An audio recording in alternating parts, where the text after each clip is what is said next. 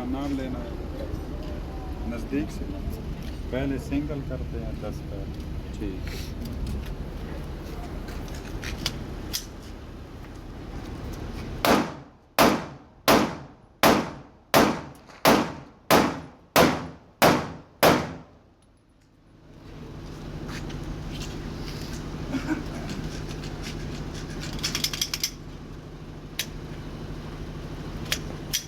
burst